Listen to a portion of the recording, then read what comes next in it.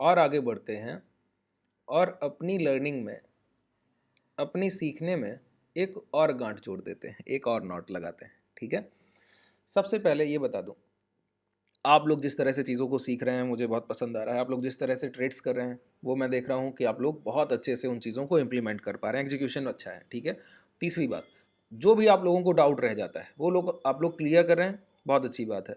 जो लोग नए हैं और चीज़ों को देख रहे हैं, मैं आपको बता दूँ, नीचे डिस्क्रिप्शन में आपको टेलीग्राम और व्हाट्सअप ग्रुप का लिंक मिल जाता है। ठीक है, उसको ज्वाइन कर लीजिए, वहाँ पर आपको सारे डिटेल्स, कॉन्टैक्ट डिटेल्स सब कुछ मिल जाते हैं। जो भी डाउट रह जाए वहाँ पूछ लीजिए, और जो मैं आपको सिखा रहा हूँ इससे रिलेटेड जो भी अपडेट होते हैं, कोई कोई स्टॉक मिल गया खरीदारी के लिए, जो हमारे ट्रेडर्स ट्रेड कर रहे हैं, वो सारी चीज़ें वहाँ पर अपडेट होती रहती हैं। तो वो सारी चीज़ें वहाँ पर आपको लर्निंग्स के लिए मिल जाएंगी, सीखने के लिए। और डेली कुछ ना कुछ सीखने के लिए मैं आपको कोट्स देता हूँ कि वो पढ़कर आप बहुत चीज़ें आपकी क्लैरिटी में आ जाती हैं। ठीक है, चलिए अब सीखते हैं। बाइंग का एक बहुत रियलिस्टिक प्रोसेस होता है और इसी तरह सेलिंग का भी एक बहुत रियलिस्टिक प्रोसेस होता है। ठीक है, बहुत ध्यान से सुनिएगा। मैं सिर्फ प्राइजेक्शन से आपको एक ऐसा कॉन्सेप्ट अभी बता सकता हूं जिससे आप इंट्राडे ट्रेडिंग करें और किसी भी टाइम फ्रेम को ट्रेडिंग करें, या इन्वेस्टमेंट कर लें, या स्विंग में इक्विटी बाई करें। ये चारों तरीके से आप कहीं भी यूज़ करेंगे और आप फेलियर नहीं देख पाएंगे। कहीं भी यूज़ करेंगे फेलियर नहीं देख पाएंगे, इस तरह का प्राइजेक्शन। ठीक है, और सिर्फ भाव को पहचानने की एक ऑथेंटिक अप्रोच, रियलिस्टिक अप्रोच, बस और कुछ नहीं। होना क्या है ज़रा समझिए, जो मैं बता रहा हूँ बस उस कॉन्सेप्ट को समझिए क्या होता है। जैसे टाइम फ्रेम में 10 मिनट या कोई भी ले लूँगा, अभी जब समझाऊंगा तो ले लूँगा, और बड़े टाइम फ्रेम पर भी चीज़ों को मैं अच्छे से बैक टेस्ट कर दूंगा। आप लोगों का शिकायत रहता है, आप लोग जब डाउट पूछते हैं ना कॉन्टैक्ट करके, तो आप लोग कहते हैं कि एग्जाम्पल्स बहुत कम दिए। देखिए एग्जाम्पल मैं सिर्फ एक ही कार्ड बताता हूँ, हिस्टोरिकल डेटा से कुछ नहीं होना है, मैं बस आपका समय ले जाऊँगा, उस 15 मिनट में अच्छी बातें करूँगा, आपको जो लर्निंग्स होंगी वो आपको समझाऊंगा। एक ही कॉन्सेप्ट समझा के उसकी इनसाइट की बात ना करके मैं आपको उसी का हिस्टोरिकल डेटा चाहिए। फर्क पड़ता है, लाइव मार्केट में जाके उसको ट्रेड कीजिए, एग्जीक्यूट कीजिए, दो तीन तीन गलतियां होंगी, चार, और फिर आप उसको आगे बढ़ जाएंगे। ठीक है, और ट्रेडिंग जर्नल बनाइए। कुछ लोग समझते हैं कि ट्रेडिंग बड़ी आसान, नहीं, एक ट्रेडिंग जर्नल बनाइए, एक डायरी बनाइए, उसमें डेट डाला कीजिए, और जो इंट्राडे में आपने ट्रेड किया वहां पर लिखा कीजिए। ट्रेडिंग जर्नल बहुत महत्वपूर्ण है। जो भी आपने एग्जीक्यूशन कर लिया ट्रेड का, उसके बाद जो जो आपके माइंड में बातें आ रही कि मैं सोच रहा था यहाँ पे निकलना है, यहाँ पर कॉस्ट पे निकल जाऊँ, या ट्रेड को होल्ड किया तो वो कॉस्ट पे आके आ गया, ये सारी चीज़ें जो भी आपके माइंड्स में थॉट आए वो सब लिखे। और कल जब 9:15 पे बाजार में बैठे तो कल जो जो आपने लिखा है उसको एक बार पढ़ लिया, तो जो कल गलतियां की आज होने से कम रह जाएंगी। और एक एक गलती इस तरह से स्किप होते होते आप देखिए कितना परफेक्शन आ जाता है एक समय पे। ट्रेडिंग जर्नल का महत्व नहीं समझते हैं आप लोग, रैंडम ट्रेड्स कर रहे हैं, कोई मतलब नहीं। जो अच्छी ट्रेड्स करते हैं ट्रेडर्स, उनके लिए मतलब, एक दिन प्रॉफिटेबल होकर क्या होइएगा, 2 दिन प्रॉफिटेबल होकर क्या कर लीजिएगा। ट्रेडिंग लाइफ लॉन्ग करनी है। तरीका ये बनाइए, ऐसा पेशेंस डेवलप कीजिए कि मैं इंट्राडे में एक लिमिट रखिए कि 2 ट्रेड से ज़्यादा एग्जीक्यूट नहीं करूंगा, या फिर 3 ट्रेड से ज़्यादा। ये बहुत बेसिक चीज़ें हैं ट्रेडिंग की, क्लासेस में मैं ये सारी चीज़ें सिखाता हूँ। ठीक है, बहुत बेसिक चीज़ें बता रहा हूँ। ट्रेडिंग जर्नल बनाइए, उसमें ये सारी चीज़ें लिखिए, और देखिए धीरे धीरे कैसे आप परफेक्शन की तरफ बढ़ते हैं। अब समझिए, कहीं भी एक अच्छा बॉडी साइज कैंडल दिखे। अच्छा, बॉडी साइज कैंडल का फॉर्मेशन क्या क्या मतलब कहता है। ठीक है, पहले तो बॉडी साइज फॉर्मेशन को समझ लीजिए। एक कैंडल अगर रेड फॉर्मेशन है और इस तरह से बना है, तो बॉडी का हाईएस्ट पॉइंट ओपन है, लोएस्ट पॉइंट क्लोज है।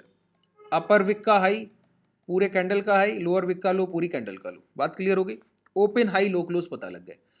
तो बॉडी साइज क्या है, नेट बाइंग या नेट सेलिंग को दिखाता है। अगर ग्रीन कैंडल हो तो ये नेट बाइंग होगी, open to close. Green candle होगी तो नीचे ओपन होगा, ऊपर क्लोज होगा। रेड कैंडल है तो बॉडी का हाईएस्ट पॉइंट क्या है, ओपन है, और लोएस्ट पॉइंट क्लोज है। ठीक है, तो यहां पे जब भाव खुला, मान लेते हैं 100 पर खुला और 90 तक आ गया, तो कैंडल कैसा हुआ, बियरिश हुआ ना, बियरिश कैंडल हुआ। एक अच्छा फॉर्मेशन है क्या, नहीं, अच्छा फॉर्मेशन नहीं, बियरिश फॉर्मेशन। 10 रुपए की कुल बिकवाली दिखती है। अच्छा, ये बिकवाली हो गई, ठीक है, एक दिन आपने सेलिंग कर ली, मान ली आपकी बात, या किसी भी टाइम फ्रेम में 5 मिनट में आपने सेलिंग कर ली, मान ली आपकी बात। अब अगले 5 मिनट में भी आप सेलिंग कर दें तो आप बड़े सप्लायर हो गए कि नहीं हो गए। अगले 5 मिनट में भी मतलब बहुत बिकवाली कर दी आपने एक तरीके से। पिछले 5 मिनट में, उसके 5 मिनट में, उसके 5 मिनट में, या एक दिन 2 दिन, किसी भी टाइम फ्रेम में आप ट्रेड कर रहे हैं, 1 घंटे 2 घंटे 3 घंटे, कोई भी टाइम फ्रेम आप ट्रेड कर लीजिए, ठीक है। लेकिन मैं इससे थोड़ा सा उलट आपसे बात कर रहा हूँ। एक बॉडी साइज रेड कैंडल बना तो इसका मतलब है सेलर्स ने 10 रुपए की बिकवाली की एग्जाम्पल के तौर पर, अगर प्राइस 100 से 90 आ गया, इसके बावजूद इतनी बड़ी सेलिंग को देखकर अगर कोई खरीदार ना डरे, कोई बायर फियर में ना आए, और वो क्या करे, अगले दिन खरीदारी करे। खरीदारी कैसे करे, ये 90 की जो क्लोजिंग है अगले दिन प्राइस को ले जाए दोबारा 95 96 तक या 100 तक ही ले जाए, ठीक है, बिना डरे हुए। तो सोचिए, पिछले दिन अगर आपके सामने ही कोई प्राइस 100 रुपए गिरकर गया है और फिर आप अगले दिन उसको खरीदने की कोशिश करिएगा, डर की वजह से नहीं कीजिएगा। इतने बड़े सप्लायर के सामने कौन बाइंग क्रिएट करे, बड़ी बात होगी ना। उसके बावजूद कोई खरीदार आके यहां पर खरीदारी करे तो वो डेयरिंग बायर है, उसके पास बहुत हिम्मत है, या वो सोच रहा है कि इससे ज्यादा मैं खरीदारी कर सकता हूं, ऐसा ही कोई खरीदार होगा, ठीक है। और तीसरी बात, उसके पास कहीं ना कहीं जब 10 रुपए की कल बिकवाली आई थी और उसके बराबर ही कहीं ना कहीं दोबारा प्राइस को लेके जा रहा है, तो एक स्ट्रांग बायर का साइन हुआ कि नहीं हुआ। उसके पास पैसा भी बहुत ज्यादा है, कम से कम पिछले दिन की बराबरी, जितनी सप्लाई है उसके बराबर तो उसने डिमांड क्रिएट की ना, उतना ऊपर लेकर गया। तो सप्लाई के बाद उतनी डिमांड क्रिएट करना मतलब बड़ा बायर भी है, ठीक है। इतनी खरीदारी करने की कोशिश कर रहा है और अगले दिन प्राइस को ले गया 100 तक, लेकिन जब क्लोजिंग का समय आया तो सप्लायर के पास पैसा बहुत था, उसने दोबारा सप्लाई की, दोबारा से सेलिंग लाई और 100 का प्राइस दोबारा लाकर 90 क्लोज करा दिया। अब सोचिए क्या हुआ, ध्यान से सुनिए। ये सिर्फ सेलर नहीं है, ये अल्ट्रा स्ट्रांग सेलर है, ये सिर्फ बिकवाल नहीं है, ये बहुत मजबूती के साथ बिकवाली को दर्शा रहा है। क्या किया इसने, इसने पहले बिकवाली की, सिर्फ बिकवाली की, पिछले दिन खरीदार नहीं थे ज्यादा, अगले दिन खरीदार बहुत थे, उन खरीदारों को काटकर फिर उतनी ही बिकवाली की, फिर उतनी ही बिकवाली की।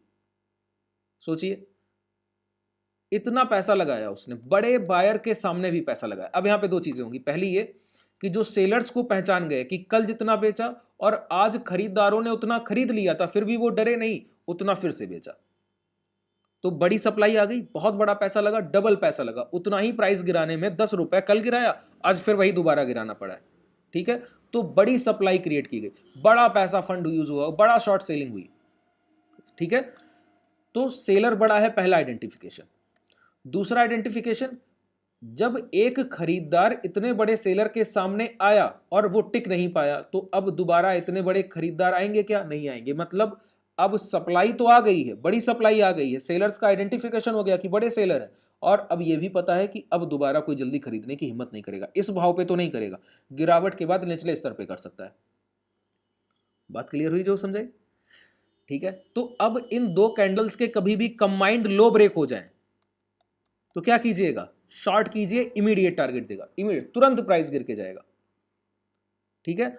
अच्छा, इसी तरह एक बुलिश फॉर्मेशन होता है, एक बिग बॉडी साइज अच्छा स्मार्ट कैंडल बनता है और अगला कैंडल फिर गिर के आता है नीचे की तरफ और जाके ऊपर क्लोजिंग दे दे, तो खरीदारों ने पहले खरीदारी की, बिकवाल ने पूरा बेच दिया, लेकिन बायर्स ने फिर खरीदारी करके ऊपर क्लोज करा दिया, तो डबल बाइंग हो गई, एक ही जगह पर ओवरलैप बाइंग है।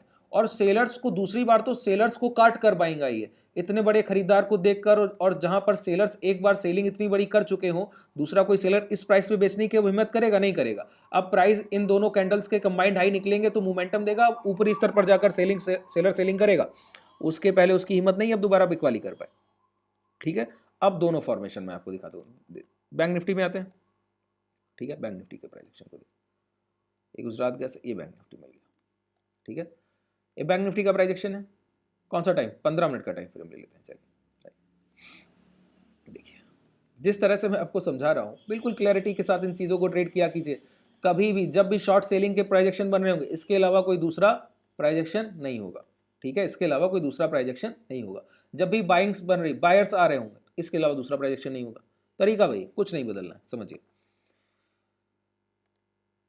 प्रीवियस डे लो ब्रेक हो गए, मतलब पिछले दिन की लास्ट खरीदारी के प्राइस को काट दिया गया, प्राइस नीचे आया, एक डोजी फॉर्मेशन के लो ब्रेक किए, मतलब फिर से सेलर्स ने एक बड़ी सेलिंग करने की कोशिश की, पहले सेलर्स ने एक बॉडी साइज कैंडल बनाया, अगली कैंडल में प्राइस ने कवर अप किया और पिछली कैंडल के ऊपर तक निकल गया, लेकिन क्लोज करने देखिए दोबारा वहीं आया, फॉर्मेशन क्या है, एक रेड बॉडी साइज कैंडल का फॉर्मेशन, बगल में एक बड़ा इन्वर्टेड हैमर, हाई का स्टॉप लॉस डालिए, शॉर्ट कर दीजिए। प्राइस ने लो क्या लगा दिए, 48,100 के। ये प्राइस क्या है, यहाँ पे अगर शॉर्ट कर रहे हैं 48,270, 170 180 पॉइंट्स का मोमेंटम इन इंट्राडे, इंट्राडे में 170-80 पॉइंट्स का मोमेंटम। ठीक है, बिल्कुल क्लैरिटी आ गई। यहाँ पर आ जाइए, जैसा प्राइस होगा स्ट्रक्चर नहीं बदलते हैं। ठीक है, यहाँ पे देखिए, एक बॉडी साइज कैंडल, अगली कैंडल में इतनी खरीदारी हुई कि इससे दुगना चल के चला गया, सोचिए। ठीक है, और फिर ये लो ब्रेक शॉर्ट, प्राइस में यहां से कितनी गिरावट हो रही है बताइए, अब ये गिरावट हो रही है 48,450 से 100 तक।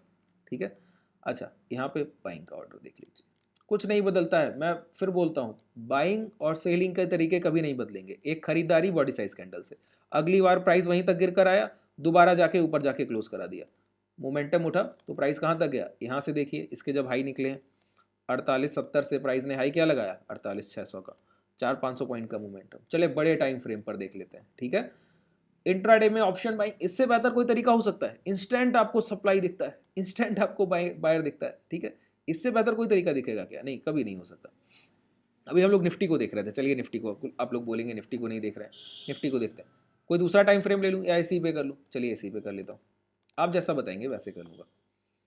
यहाँ पे देखिए, ये एक फॉर्मेशन, अगली कैंडल में प्राइस लगभग आधा गिर के है। अच्छा एक बात बता दूं, बॉडी साइज फॉर्मेशन है, बिग कैंडल है, मान लेते हैं ग्रीन कैंडल। ठीक है, और अगला कैंडल पूरा गिर के आए, इससे ज्यादा गिर के जाए, या फिर इसका आधा ही गिरे, कितना भी गिरे, बस गिरने के बाद क्लोजिंग ऊपर होनी चाहिए। ठीक है, बॉडी साइज इतना बड़ा है, इसका आधा फॉर्मेशन हुआ, ये भी अच्छा कैंडल है। बॉडी साइज इतना बड़ा है, इसका पूरा फॉर्मेशन हुआ, ये भी अच्छा कैंडल। ठीक है, अब ये दो कैंडल बन गए, इनके हाई निकले, लॉन्ग कीजिए, अब प्राइस लौट कर आएगा क्या? नहीं आएगा। बात क्लियर हुई? जब आप इस तरह से ट्रेड्स को देखने लगते हैं, आपको ट्रेडिंग को देखने का तरीका ही बदल जाता है। ठीक है, अब ये बिल्कुल लॉजिकल तरीका है कि नहीं? 2 घंटे के टाइम फ्रेम पे देख लीजिए, बिल्कुल कुछ अलग नहीं दिखता। किसी भी टाइम फ्रेम को ट्रेड करेंगे इस तरह के, हर टाइम फ्रेम पे आपको प्राइस एक्शन, ये 2 कैंडल्स को देख लीजिए, देखिए क्या है, एक कैंडल बॉडी साइज, अगला कैंडल गिर के आया, ऊपर जाके क्लोज किया, हाई के ऊपर लॉन्ग कर दीजिए। ये कैंडल बॉडी साइज, अगले के बाद नेक्स्ट कैंडल गिर के आया, ऊपर जाके क्लोज किया, हाई के बाद लॉन्ग कर दीजिए। जब जब फॉर्मेशन दिखेगा तो आप प्रॉफिटेबल होंगे, ये तय है। ठीक है, तो मैंने क्या बताया, मैंने बायर और सेलर की बस पहचान बताई है कि ये बायर है और अल्ट्रा स्ट्रांग बायर है, मतलब सिर्फ खरीदारी नहीं कर रहा है, बिकवाल को काट कर खरीदारी कर रहा है। अब देखिए प्राइस एक्शन कितना सिंपल हो गया। इसके लिए अगर चार्ट आप नहीं भी देखें, अब सोचिए कोई प्राइस कल के दिन 100 से 105 चल के गया, चार्ट आप नहीं देख रहे हैं, ठीक है, 100 से 105 चल के गया, और फिर गिर के अगले दिन 12-1 बजे तक जब बाजार खुला तो 105 से गिर के 100 के लो लगा गया, और जब 3 बजे 3:30 बजे क्लोजिंग देख रहे हैं तो फिर जाके 104, 104.5, 105 पे हो रही है। कल के दिन अवेयर रहिएगा, 105 निकलेगा, खरीदारी करेंगे। बात क्लियर हुई? तो चार्ट देखने की जरूरत रहेगी क्या? ये लॉजिकल प्राइस एक्शन है। प्राइस एक्शन का मतलब क्या है? जिस तरह से भाव एक्ट करता है, जिस तरह से उसका परफॉर्मेंस है, बस उसको पहचानना है। तो जब बायर इतने अच्छे हैं, वो सेलर आ रहा है उसको रुकने नहीं दे रहे हैं, तो उनके साथ खरीदारी करनी चाहिए कि नहीं चाहिए? इतना पैसा वो लगा रहे हैं, हम उनके पीछे पैसा लगाएंगे सर। ठीक है, सप्लाई भी ऐसे ही आ जाए, सिर्फ सेलर नहीं, अल्ट्रा स्ट्रॉन्ग सेलर, लो ब्रेक करे शॉर्ट हो जाएगा प्राइस वहां से। ठीक है, बिल्कुल क्लियर हुआ कॉन्सेप्ट? कोई भी डाउट रह गया हो नीचे कमेंट सेक्शन में बता दीजिए। डिस्क्रिप्शन में आपको कॉन्टैक्ट डिटेल्स मिल जाएंगी, टेलीग्राम व्हाट्सअप चैनल का लिंक मिल जाएगा, वहां ज्वाइन कीजिएगा। इन्हीं कॉन्सेप्ट को मैं, जो भी ट्रेड्स होती हैं वहां पे मैं बताता हूँ कैसे होती है। ठीक है, चलिए शुभ रात्रि, धन्यवाद।